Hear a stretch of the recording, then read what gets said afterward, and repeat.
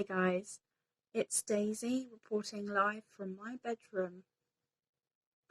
I'm doing a devotional today and I'm going to talk about dealing with change. Um, if anyone knows me well, they know that I do not deal with change well at all, even if it's a good thing.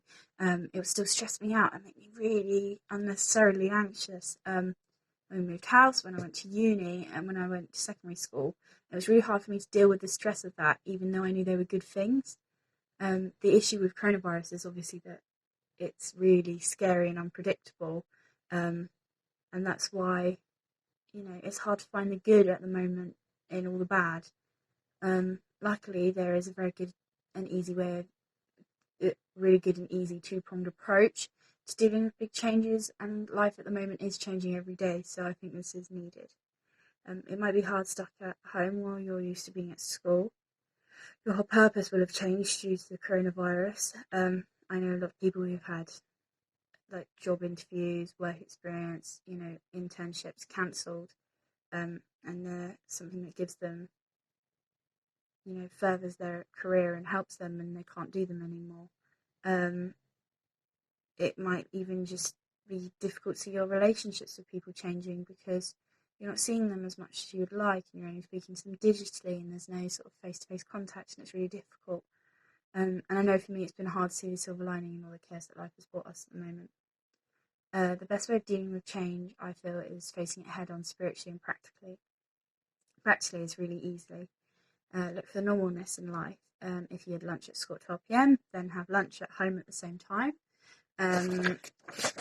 If you do chemistry for period 3, then try and do revision at the same time, or maybe read an article about a new drug trial, or try doing something in that subject. It doesn't necessarily have to be revision because technically you don't have to revise anymore. But yeah, try and stay consistent in this world of inconsistencies at the moment. If you're missing a music lesson, go and do some instruments. I don't really know how music works, but do something musical.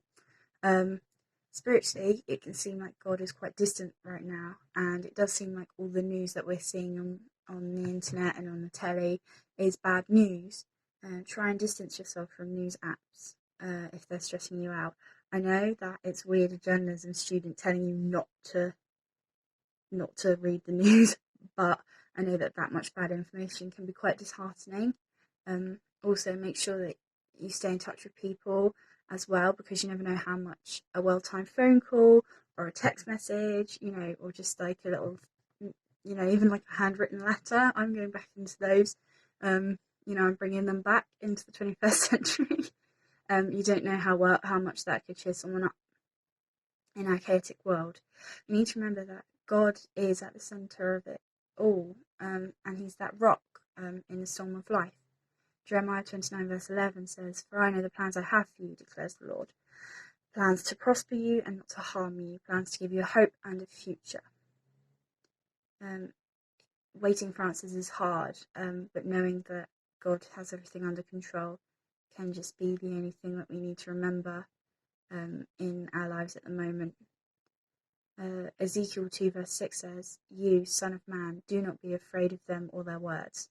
And I think that this is really important as well, with the amount that people talk and tweet and, put on Instagram, Facebook, everything is all coronavirus, coronavirus, coronavirus.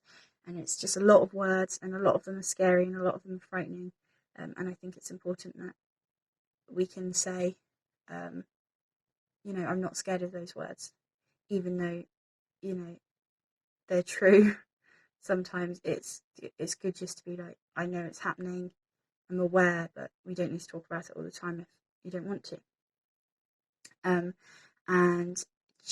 finally, James 4 verse 14 says, "Why, you don't even know what will happen tomorrow," which I think shows that I think we just need to take every day at a time and just try and get through today first.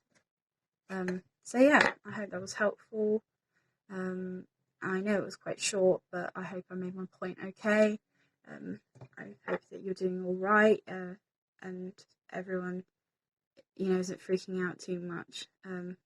Stay safe, and God bless.